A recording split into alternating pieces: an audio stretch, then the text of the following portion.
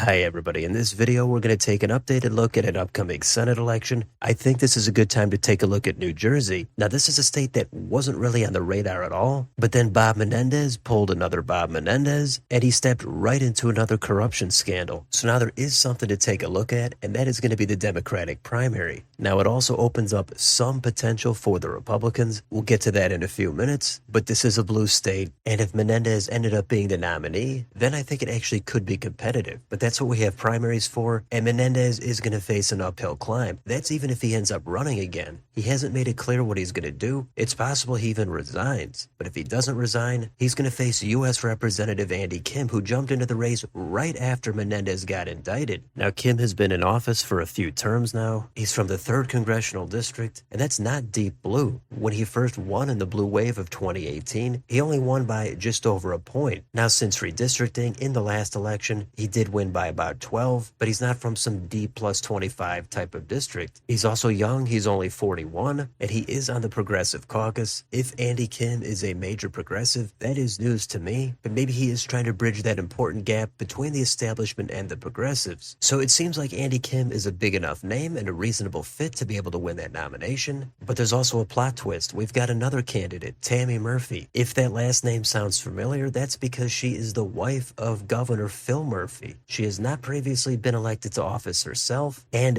that does set up a showdown between her and Andy Kim. There's a couple of other minor candidates in the race, and others could get in, including Tom Malinowski, but right now, as of late November, it looks like it's going to be between Andy Kim and Tammy Murphy. So there's going to be the usual mudslinging. It's already been mentioned that Tammy Murphy has previously voted for Republican candidates in the past, but she is closely tied to the political establishment. But I think Andy Kim would say that she's so closely tied that it's an unfair advantage to be the wife of the sitting governor. That might create some conflict of interest for Governor Murphy. But the oddity in New Jersey is when it comes to their primary ballot system, they use an approach centered around the county lines and the party leaders. And if you want to know more about that, here's a great article that explains it from the 2020 primaries, and that could affect things insofar as assisting Tammy Murphy if she has more support from the political leaders of each county, which we're going to see in a minute, and if she has her name more easily seen on each ballot. The more casual voter might be more inclined to just vote for Tammy Murphy instead of Andy Kim. It is kind of a weird system. I'm not going to pretend I fully understand it, but I do recommend scrolling through this, glancing over how they do it, so you can try to figure out how much weight that might have in a primary. So if we go back to Wikipedia, we've got some endorsements already. Andy Kim, who got a jump start in the race over Tammy Murphy. He has some endorsements here, but way less than we're going to see in a second. Now, we also can't completely forget about Bob Menendez. If he does run, it seems overwhelming that he would lose in a primary, but he's got a couple of endorsements here, including AIPAC. Now, how about Tammy Murphy? She does have the most endorsements already, and on a glance, it looks like the Democratic establishment of New Jersey. Now, I don't know all the ins and outs of all the towns in New Jersey, but it does look like Tammy Murphy is in a much better position when it comes to elected officials from the state. But we also have to keep in mind, it's super early. Who knows what could happen over the next several months? And speaking of early, we could look at the campaign finance. And as of the last quarter, Bob Menendez clearly has a substantial lead. Andy Kim, though, pulling in over $2 million. Tammy Murphy, not even on here yet as of the last update.